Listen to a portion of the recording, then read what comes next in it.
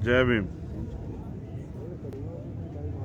अब मुझे जानकारी नहीं कि दोबारा लाइव कितनी देर में या कितनी जल्दी बंद हो जाएगा, मुझे जानकारी नहीं है, क्योंकि मुकाबला सरकार से, अपराधी से होता तो कोई बात नहीं, तो उनसे संघर्ष किया जा सकता था जब सरकार और प्रशासन अपना काम कर रही थी ईमानदारी से। लेकिन अभी तो सरकार और प्रशासन मिलके, पुलिस मिलके आरोपियों को बचाने का प्रयास कर रही है। और ये खतरनाक, ये इसलिए भी खतरनाक है कि अगर पुलिस और प्रशासन अन्याय करने लगेगा तो पीड़ित जाएंगे कहां? शोर को कम कराओ। तो मैं हूं अभी राजकीय सामुदायिक स्वास्थ्य केंद्र रूपनगढ़, जिला अजमेर, और मामला है छोटे भाई ओम प्रकाश रैगर की आत्महत्या का। ओम प्रकाश ने आत्महत्या क्यों की, उसके लिए उन्होंने एक बकायदा एक बड़ा सुसाइड नोट 3 पेज का छोड़ा। किन परिस्थितियों में की, ना उम्मीद करके की या खुशी से की, ये भी उन्होंने बताया। जिन लोगों के कारण की उनका भी नाम खोला। मैं भी पिछले 4 बजे से 8:30 बजे, 4.5 घंटे से मैं भी यहाँ हूँ और यहाँ के प्रशासन और सरकार का रवैया देख रहा हूँ। जब रात मैंने वो सुसाइड नोट पढ़ा तो मैंने तय किया कि सारे काम बाद में, पहले परिवार से मिलने चलेंगे और जो अंतिम इच्छा छोटे भाई ने जाहिर की है उसको पूरा करेंगे। मुझे उम्मीद थी कि इतनी बड़ी घटना पे सरकार पे कुछ असर पड़ा होगा तो सरकार ने ठोस कार्रवाई की होगी, लेकिन आपको जान के बड़ा ताज्जुब होगा कि कोई गिरफ्तारी अभी तक नहीं हुई। 25 तारीख को एफआईआर दर्ज हुई और अब तक कोई कार्रवाई नहीं, एक भी आरोपी गिरफ्तार नहीं हुआ। उसके विपरीत 25 तारीख को इनकी एफआईआर दर्ज होती है 3:30 बजे, 3:18 पे, और दूसरी तरफ जिन लोगों के खिलाफ एफआईआर दर्ज की, आरोपियों के खिलाफ, उन आरोपियों के पक्ष की तरफ से भी एक एफआईआर 5:30 पे दर्ज हो जाती। और यहाँ के एसएचओ जो हैं वो ये कहते हैं कि क्या तो इस मुकदमे को वापस ले लो वरना कार्रवाई के लिए तैयार हो। एक चोरी की एफआईआर, पीड़ित परिवार, उनके बेटे ओम प्रकाश, उनके पिता, उनके चाचा, 4 लोग खिलाफ करा दी जाती। मैं भी जब यहाँ आया, जब मैं एयरपोर्ट उतरा तभी से पुलिस सतर्क थी। 2 टोलों पे हमें रोका गया और इस बात के साथ भेजा गया कि हम जाके वहां कोई आंदोलन नहीं करेंगे। हर बार यहाँ की पुलिस हमें अक्लमंद बनाती है, जब भी मैं आता हूँ तभी गिरफ्तार करके जेल भेज देती। तो आज मैंने उनसे कहा ठीक है, कुछ नहीं करेंगे, चलते हैं, परिवार के पास जाएंगे, अंतिम फैसला तो परिवार का है। तो आज अब मैं परिवार के बीच में हूँ। मैंने जब यहाँ के देखा, उनको सुना, वो अकेले भाई थे, 3 बहनें हैं, 2 बहनें बड़ी हैं, एक छोटी है। माता पिता दोनों अपाहिज हैं, खेती करके अपना परिवार चलाते थे। ओम प्रकाश और उससे जो छोटे वाली बहन है वो दोनों मुंबई में रह के नर्सिंग का कार्य करते थे और इस घर को चलाते थे। अभी उन्होंने कोशिश की है कि उनका मकान बन जाए, दरवाजा अभी नहीं लगा है। सबसे बड़ी बात जो समझनी चाहिए, ओम प्रकाश ने ये कदम उठाया क्यों, जबकि मैं इस कदम का समर्थन नहीं करता हूँ। कदम इसलिए उठाया क्योंकि हर बेटे के लिए उसका पिता हीरो होता। मैं तो अपने पिता के सपने को पूरा करने के लिए मैंने अपना कैरियर, और जो मैं पढ़ने के लिए अमेरिका जा रहा था मैंने उसको चेंज किया।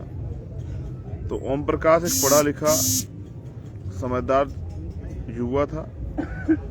1 अक्टूबर को ही वो यहाँ आया मुंबई से काम करता हुआ, और जब उसने ये देखा कि उसके पिता के साथ मारपीट हुई सरेआम, उनको जलील किया गया, अपमानित किया गया, तो उसने कानून का, संविधान को मानने वाला, उसने अपने नोट में भी लिखा कि संविधान को पढ़ के मैंने न्याय की लड़ाई लड़ने का प्रयास किया। उसने सुसाइड नोट में भी बात लिखी थी।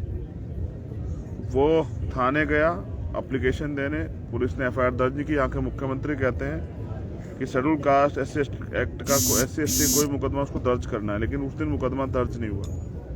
वो पढ़ा लिखा था और सम्मान की वैल्यू समझता था, इसलिए वो दोबारा नेक्स्ट डे गया और उसने मुकदमा दर्ज करने की मांग की और उसने कहा अगर आप नहीं दर्ज करोगे तो हम सीनियर अधिकारियों के पास जाएंगे और हम कोर्ट जाएंगे। तब FIR दर्ज हुई, लेकिन जैसा मैंने बताया उसके 2 घंटे बाद उनके खिलाफ भी मुकदमा दर्ज हुआ और लगातार उस पर दबाव बनाया जा रहा था कि मुकदमा वापस लो वरना तुम्हें जेल भेज दिया जाएगा। तो जैसे मैंने कहा कि उनके पिता उनके लिए हीरो थे और अपने हीरो को बेइज्जत होते जलील होते उस बेटे ने देखा और फिर न्याय भी नहीं हो रहा है। 25 तारीख से लेके कल तारीख थी 1 नवंबर, कोई कार्रवाई नहीं हुई और ये वो बर्दाश्त नहीं कर पाया और उसने सुसाइड नोट लिखा और उसने सुसाइड कर लिया।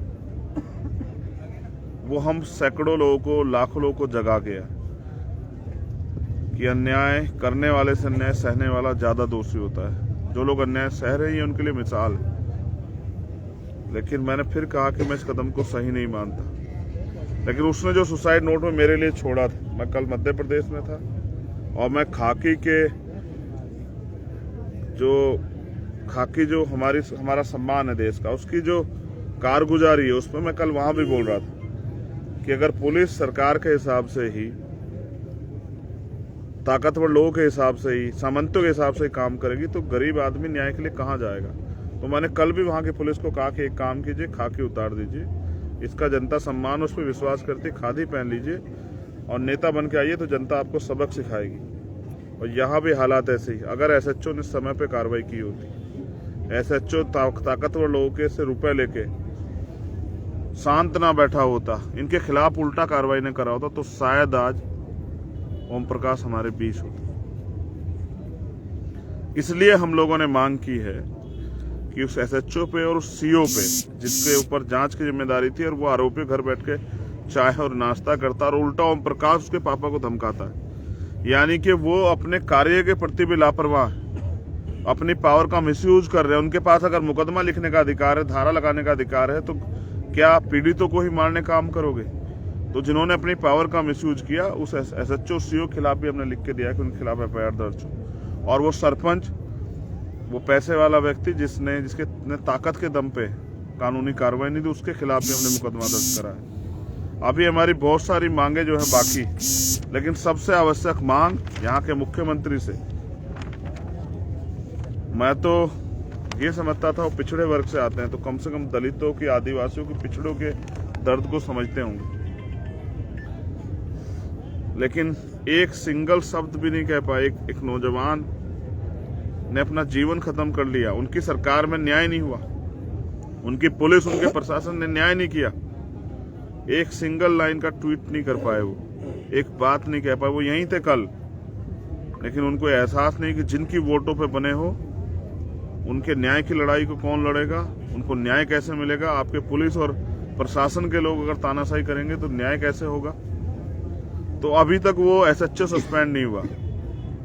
ये बात हमें तब पता लगी जब हमने उस मुकदमे को दर्ज कराने के लिए एप्लीकेशन दी, तो मुकदमा लिखेगा कौन, तो पता लगा थाना अध्यक्ष अभी वही हैं। जिस SHO ने उस समय कार्रवाई नहीं करी वो आज क्या न्याय देगा।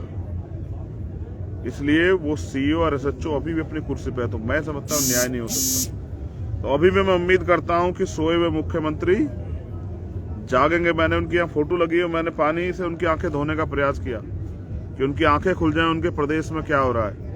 और अगर हम संघर्ष करेंगे, मोर्चेबंदी करेंगे तो रोने लग जाएंगे इनके यहाँ से लेकर दिल्ली तक के नेता और कहेंगे कि बताइए विपक्ष के खिलाफ ही चंद्रशेखर आंदोलन कर रहे हैं। तो मैं जानना चाहता हूँ, यहाँ विपक्ष में तो सरकार है, आप पूरे देश में हल्ला मचाते हैं कि लोकतंत्र की हत्या हो रही, तो आपकी सरकार में क्या हो रहा है। अगर हम लोग यहाँ 4-4.5 घंटे से बैठे हैं, पीड़ित 30 घंटे होंगे बॉडी को, डेड बॉडी को, अभी तक जो है सरकार की आंख नहीं खुली। अभी तक जो है इन 3 बच्चों का क्या होगा, उनके विकलांग पिता माँ का क्या होगा, इस पे सरकार ने एक शब्द नहीं बोला। सरकार का कोई कैबिनेट मिनिस्टर, सरकार का कोई नेता यहाँ नहीं आया। और तो छोड़िए, जो मजबूत विपक्ष है यहाँ, भारतीय जनता पार्टी, दलितों को तो उनसे भी नफरत है। या ये कहे कि बीजेपी के लोग भी दलितों के मुद्दों पे नहीं घुसते। ऐसा ही हमने इंद्र मेघवाल के केस में देखा, ऐसा ही हमने जितेंद्र मेघवाल के केस में देखा, ऐसा ही और जो है एक मामला जिसको फांसी पर लटका उस केस में हम देखा। उनकी तरफ से भी एक सिंगल स्टेटमेंट नहीं है और उनका भी कोई नेता इनके दुख दर्द को सुनने नहीं आया। कुछ लोगों को तकलीफ होती है बार बार, जो यहाँ राजनीतिक लोग हैं उनको तकलीफ होती है मेरे आने से। मैं यहाँ इसलिए आता हूँ क्योंकि यहाँ के लोगों को मेरे ऊपर भरोसा है, और वो उम्मीद के रूप में भीम आर्मी को देखते हैं कि भीम आर्मी के लोग आएंगे तो न्याय। और यहाँ भी इस घटना में सबसे पहले लड़ने वाले भीम आर्मी के लोग थे, और ये वो लोग हैं जो इस समाज के दर्द को अपना समझते हैं, क्योंकि इन्हीं में से कुछ लोग हैं जो इस समाज की लड़ाई को लड़ने के लिए अपना घर बार छोड़ के निकले। तो मैं सरकार से मांग करता हूं कि सबसे पहले एसएचओ सीओ को निलंबित किया जाए, और फिर जो है इस घटना की सीबीआई जांच हो, क्योंकि ताकतवर लोगों के आगे कानून हार गया है। ये शर्म आनी चाहिए मुख्यमंत्री को और उनकी सरकार को। ताकतवर लोगों के चौखटों पे न्याय ने दम तोड़ दिया है।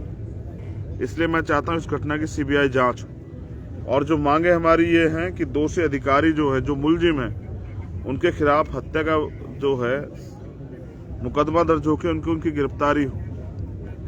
पीड़ित परिवार को, क्योंकि 3 बच्चे हैं, इनका घर कैसे चलेगा, इसलिए एक पढ़ी हुई बच्ची हमारी है, हमने मांग की है कि उसको एक शासकीय नौकरी जो है सरकार दे। जैसे वो आपने दी ना, हमने तो पहले भी कहा कई मामलों में कि आप दूसरों को देते हो हमें परहेज नहीं, लेकिन हमारे साथ दोहरापन क्यों?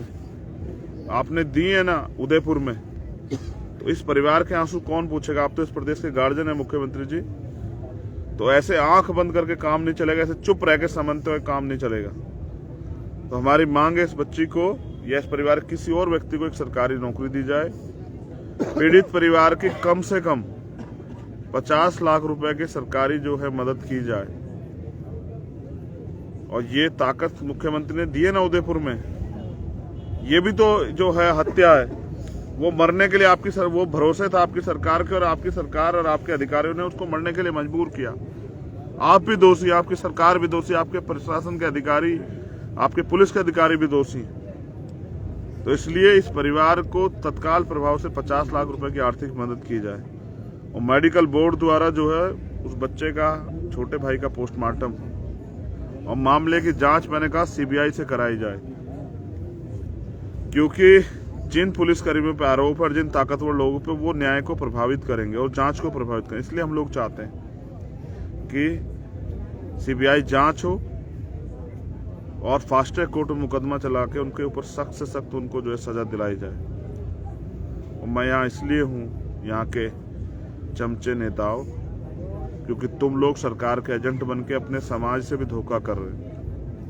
तुम लोग यहाँ रहने वाले शेड्यूल कास्ट को जातीय महासभाओं में बांट के इनको एकजुट नहीं होने दे रहे हो, और इसलिए ये गुलाम मोहताज बन के इस प्रदेश में जो है ना जानवरों जैसा जीवन जीने के लिए मजबूर है। और मैं यहीं रहूंगा डट के पूरी रात, जब तक वो एसएचओ सस्पेंड नहीं होता, जब तक उस सीओ पे कार्रवाई नहीं होती, जब तक सरकार इनके दर्द को नहीं सुनती। यहाँ के मीडिया से ब्लैकआउट करोगे, कहाँ से ब्लैकआउट करोगे? मुख्यमंत्री नेट बंद करवा दो यहाँ का।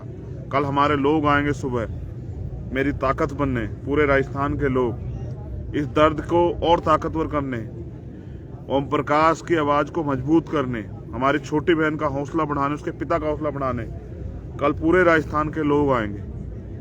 मैं भी ये देखना चाहता हूँ कि यहाँ के लोग इस परिवार की लड़ाई को लड़ते हैं नहीं लड़ते हैं। इसलिए मैं पूरी रात मोर्चा लेके यहाँ यही मोर्चरी के बाहर, क्योंकि इस अन्याय को सहना इतना आसान काम नहीं। और अब हम कितनी लाशें उठाएं ये भी जवाब देना पड़ेगा। इंदर मेघवाल, जितेंद्र मेघवाल, ओम प्रकाश रैगर, कल कौन? चंद्रशेखर आजाद, सत्यवान, सतपाल चौधरी, धर्मेंद्र कौन? शैलेश मलपुरिया, अनिल आजाद कौन? कल किसकी लाश पर रोके हम लोग इकट्ठा होंगे? किसकी लाश को हम लोग जो है अंतिम संस्कार के लिए रोक के रखेंगे? तो ये हमें तय करना है। इसलिए आज हम यहाँ हैं कि कल किसी ओम प्रकाश के साथ ऐसा ना हो, और इस बहरी सरकार तक हमारी आवाज जाए। मैं और दर्द किसे कहते हैं ये जानने के लिए आपको अपनी छोटी बहन को रूबरू करा रहा हूँ, जो घरों में काम कर करके किस तरह से इस परिवार को के सामाजिक सम्मान की लड़ाई को मजबूत करने के लिए यहाँ थी, जो अभी मेरे बाद पहुंचे, जिसको ये भी नहीं पता था कि उसका भाई चला गया, जिसने अपना सब कुछ खो दिया, जिसने अपना जीवन का सहारा खो दिया, जिसने अपनी बाजू खो दी, जिसने अपना विश्वास खो दिया। और उसको पता है कि वो रोज जाता था थाने इस उम्मीद के साथ कि कार्रवाई होगी, और मैं अब नीतू हमारी छोटी बहन जो ओम प्रकाश के परिवार में सबसे छोटी, मैं उससे कहूँगा कि पूरा देश आपको सुन रहा है। इस लाइव के जरिए बहुत दूर दूर तक के लोग आपको सुनेंगे। आप किस हालात में हो, सरकार ने आपकी क्या मदद की और आप सरकार से क्या चाहती है, अपनी बात को आप जरूर रखो।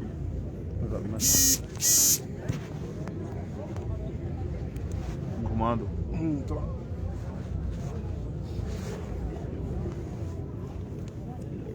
इधर इधर कोई हो जाओ, वो लाइट उधर से जाओ, आप उधर ही हो जाओ। हाँ मैं हट जाऊँ। नहीं आ जाओ बच्चे, इधर आ जाओ। मैं इतनी सरकार इतनी से आवाज में बोलना कि तुम्हारी आवाज जाए वहाँ। मैं करता हूँ, वो फिर उस सूरत बस। को आएगा। मैं सरकार से सिर्फ अपने परिवार को और मेरे भाई को न्याय दिलाना चाहती हूँ। मेरे को न्याय चाहिए और कुछ नहीं। और उन सभी लोगों को फांसी दो जिन्होंने, जिसकी वजह से आज मेरा भाई मेरे से दूर हो गया, मेरे परिवार से दूर हो गया है। कौन जिम्मेदारी लेगा मेरे माँ बाप की और मैं हमारी। इसलिए मैं आप सबसे निवेदन करती हूँ कि मेरे परिवार को न्याय दिलाओ। तुम चाहती हो कि ओम प्रकाश को न्याय मिले? हाँ, मैं बिल्कुल चाहती हूँ और जब तक न्याय नहीं मिलेगा मैं पीछे नहीं हटूंगी। ये जो लड़ाई चाहे है, मेरे को खुद को क्यों ना मरना पड़े, लेकिन मैं मेरे भाई को न्याय दिलाए पहले मैं पीछे नहीं हटूंगी।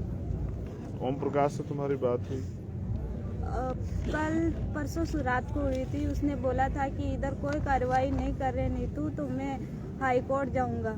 उसके बाद मेरी बात नहीं। मैंने कहा ठीक है, हाई कोर्ट चले जाना तुम और अंकल। कैसा एहसास है जब तुमने भाई खो दिया? मेरा तो क्या बताऊं अभी। एक वही था हमारे परिवार में, वही हमें छोड़ के चला गया, तो अभी क्या हमारी जिंदगी है। मैं ये समझता हूँ कि इस सरकार से न्याय की उम्मीद कम है, इसलिए मैं समझता हूँ मैं पहली बार ऐसा कदम उठाऊंगा। मैंने आज तक कभी किसी के लिए मदद की मांग नहीं की। पहले भी सरकार से प्रयास करेंगे कि वो हम इन परिवार की मदद नहीं करेगी, तो मैं पहली बार इनकी मदद के लिए आपसे अपील करूंगा कि ये 3 महीने इनके पिताजी, इनकी माँ, और वो कह रही है कि उनका भाई चला गया, लेकिन हम सब लोग भाई उनके साथ हैं। मैं मांग करूंगा पहली बार कि समाज के लोग इनकी बढ़ चढ़ के मदद करें, क्योंकि ये लड़ाई आसान नहीं है। उनको जब तक 4 दिन में लोग चले जाएंगे, 10 दिन में इनके रिश्तेदार भी इनका साथ छोड़ देंगे, कोई नहीं आएगा। मैं तो इस हालात को जानता हूँ। जब मैं कल मध्य प्रदेश था तब भी मैं ये सोच रहा था दमोह में, वो परिवार के लोग भी चीख चिल्ला रहे थे। सरकारें सुनती नहीं है, चाहे भाजपा या कांग्रेस, सत्ता के चरित्र बिल्कुल एक जैसे। जिनकी सरकार होती है वो घटनाक्रम को छिपाने के लिए बहुत प्रयास करते हैं, और तमाम तरह के प्रयास अब भी जारी रहें किस तरह परिवार टूट जाए। इसको टूटने नहीं देना है।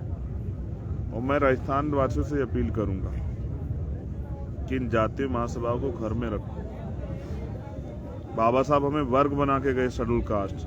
अगर आप में के खून में जरा सा भी उबाल है, अगर आपको जरा सी भी तकलीफ, तो एक दूसरे का हाथ पकड़िए। अभी तो महासभा हुई थी ना एक, आज उसी समाज को अन्याय के साथ जब अन्याय हुआ तो मुख्यमंत्री के मुंह से आवाज नहीं निकल रही। गुलामी बंद करो यार, तुम खुद ताकतवर हो, अपनी ताकत को नेताओं के भरोसे मत छोड़ो। अगर छोड़ोगे तो फिर ये नीतू यहाँ बैठ के रोएगी, चिल्लाएगी, और ओम प्रकाश बलि चढ़ जाएगा इस व्यवस्था की, सरकारों की। इसलिए मैं आपसे अपील कर रहा हूँ कि कल इसकी ताकत बनने के लिए आना इतने सुबह। भाई अपनी जान देके इतना न्याय मांगेंगे आखिर में। आज मेरा भाई मांगा, कल दूसरा कोई अगर उसको न्याय नहीं मिलेगा तो ऐसा ही करेगा। मैं फिर कह रहा हूँ, ये लोकतंत्र है, यहाँ सरों की कीमत है। आपको ताकतवर बन के आप इस लड़ाई को जीत सकते हो। आज आप देखो ये परिवार क्या महसूस कर रहा है। मैं इसलिए आपसे अपील करता हूँ कि सुबह आपकी एकता, दिन निकलेगा, इधर सूरज निकलेगा, इधर इनके चेहरों पे भी चमक आनी चाहिए आपकी ताकत देख के। कल एहसास होना चाहिए अजमेर को और तहसील रूपनगढ़ को, एहसास होना चाहिए कि हम अब बटने वाले नहीं, और हम अपनी ताकत का प्रदर्शन जो है कल करेंगे। मैं चाहता हूँ उससे पहले बहरी सरकार जाग जाए और जो हमारी मांगे उन पर काम करे। जो लोग इससे जुड़े, मैं उनसे अपील करूंगा कि वो उसको शेयर करें और पूरे सब जगह तक ये बात पहुंचाएं। और राजस्थान के साथियों कल इंतजार करूंगा सुबह। हम लोग यहीं खड़े हैं डट के। जब तक इस परिवार को न्याय नहीं मिलता तब तक ये लड़ाई जारी रहेगी। जय भीम, जय भारत, जय मंडल, जय जोहार, जय संविधान। आप सभी के लिए मंगल कामनाएं। उस परिवार के लिए आदरांजलि, ओम प्रकाश के लिए आदरांजलि। उस परिवार को तथागत महामानव बुद्ध जो हैं दुख सहने की क्षमता प्रदान करे। प्रकृति इनको ताकत दे। हमारी छोटी बहन को कि वो इस लड़ाई को दमखम से लड़े और आरोपियों को सजा मिले। कल आपसे मुलाकात। जय भीम।